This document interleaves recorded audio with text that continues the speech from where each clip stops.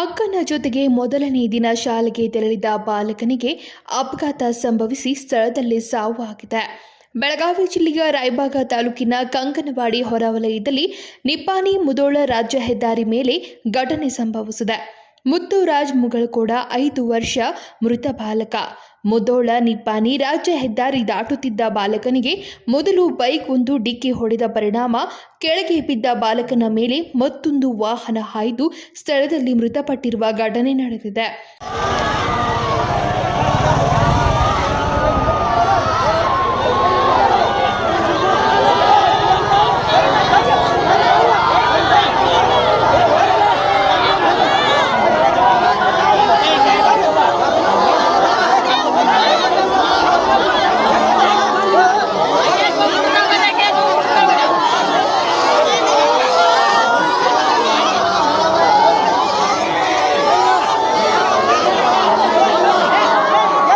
ಬುಧವಾರದಂದು ತನ್ನ ಅಕ್ಕಂದಿರೊಂದಿಗೆ ಮೊದಲ ಬಾರಿಗೆ ನಾಗನೂರು ಪಟ್ಟಣದ ಸಮರ್ಥ ಕನ್ನಡ ಮತ್ತು ಆಂಗ್ಲ ಮಾಧ್ಯಮ ವಸತಿ ಶಾಲೆಗೆ ಹೋಗಿದ್ದ ಮುತ್ತುರಾಜ್ ಮುಗಳಕೋಡ್ 5 ವರ್ಷ ಎಂಬಾತ ಮೃತ ಬಾಲಕ.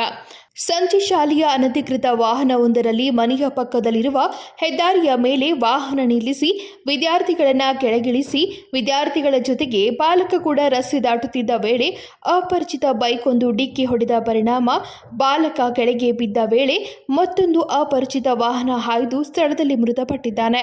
ಕೂಡಲೇ ಶಾಲಾ ವಾಹನವನ್ನು ರಾಯಬಾಗ ಪೊಲೀಸರು ವಶಕ್ಕೆ ಪಡೆದಿದ್ದಾರೆ. Rajashekhar Hiremath, KMM Kannada news, Belagavi.